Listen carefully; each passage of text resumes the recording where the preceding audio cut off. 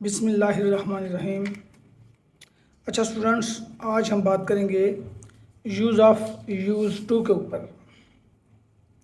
अब ये use to का इस्तेमाल याद रखें कि ये जब हमने पास्ट सिंपल टेंस किया था ना, तो स्टूडेंट्स उसमें हमने बताया था कि ये यूज़ टू का एक अलहदा से इस्तेमाल होगा, तो हम आज करेंगे। अब यूज़ टू जो है ज़माना माजी की किसी ऐसी आदत या रूटीन के इजहार के लिए इस्तेमाल होता है जो कि अब जारी ना हो, यानी ऐसी रूटीन जो माजी में जारी रही लेकिन अब वो जारी नहीं है। फॉर एग्ज़ाम्पल सेंटेंस है, I use to play football but I play cricket now. इसका मतलब है कि मैं फुटबॉल खेला करता था sorry but I play cricket now, लेकिन अब मैं क्रिकेट खेलता हूँ, यानी माजी में मैं फुटबॉल खेला करता था, अब नहीं खेलता। अब एक नेक्स्ट सेंटेंस है, Asad use to live in Canada. Asad Canada में रहा करता था। इसका मतलब यह है कि अब वो कनाडा में नहीं रहता। No he lives in America. अब वो क्या है जी, अमेरिका में रहता है। दो, he use to read novels. Next sentence है, he use to read novels. वो नॉवेल्स पढ़ा करता था। अच्छा नेक्स्ट, इसके बाद है he use to read novel में ये भी पास्ट हैबिट या पास्ट रूटीन है जो कि अब जारी नहीं। अगर प्रेजेंट की रूटीन को या आदत को ज़ाहिर करना है तो हम उसके लिए प्रेजेंट टेंस इस्तेमाल करते हैं। Present simple, he reads novels, वो नॉवेल्स पढ़ता है।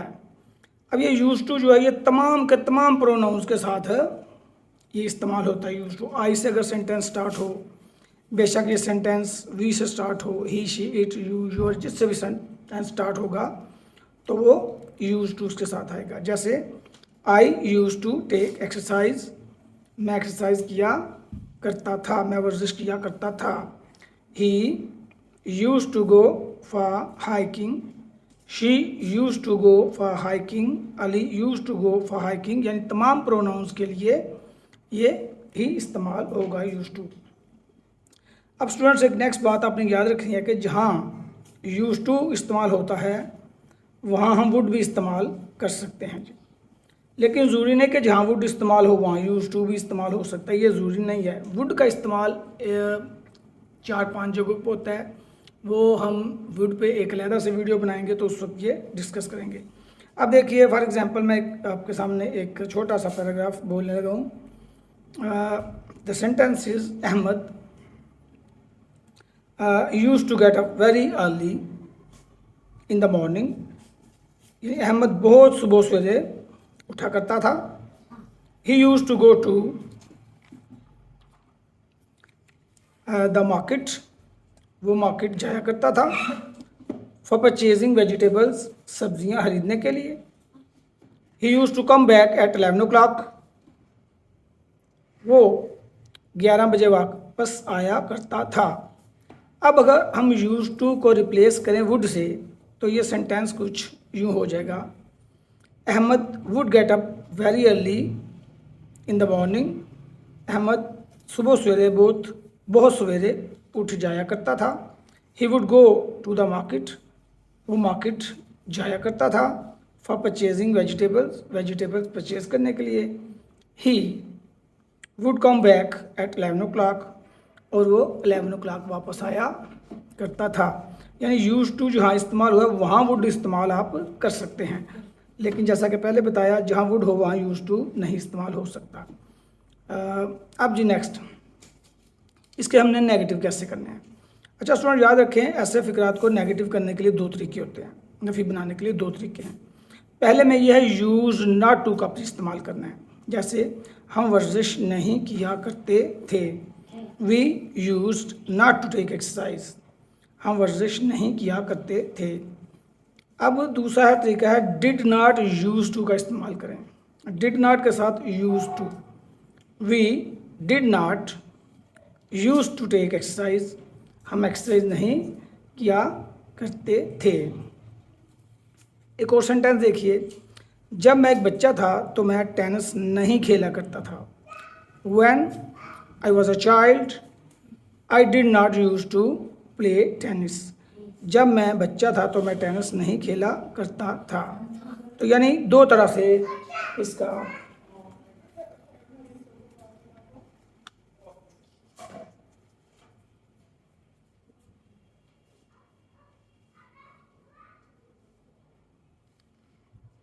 अच्छा जी स्टूडेंट्स, इसमें अब हमने इंटरैक्टिव कैसे करना है, सवालिया यानी कैसे बनाएंगे फिक्रे को। अब देखें सवालिया के लिए आपने देखा है कि एक तो डिड और यूज टू का इस्तेमाल होगा। क्या आप वर्जिश किया करते थे? Did you use to take exercise? क्या वर्जिश किया करते थे? Did you use to take exercise and did शुरू में आया।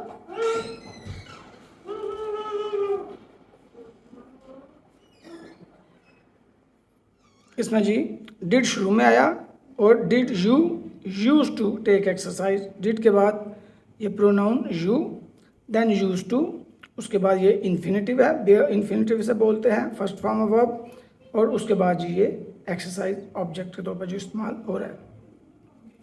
अब नेक्स्ट इसको देखिए, एक और सेंटेंस, आप पिकनिक मनाने कहाँ जाया करते थे? आप पिकनिक मनाने कहाँ जाया करते थे? Where did you use to use, first form यानी where did you use to go for a picnic.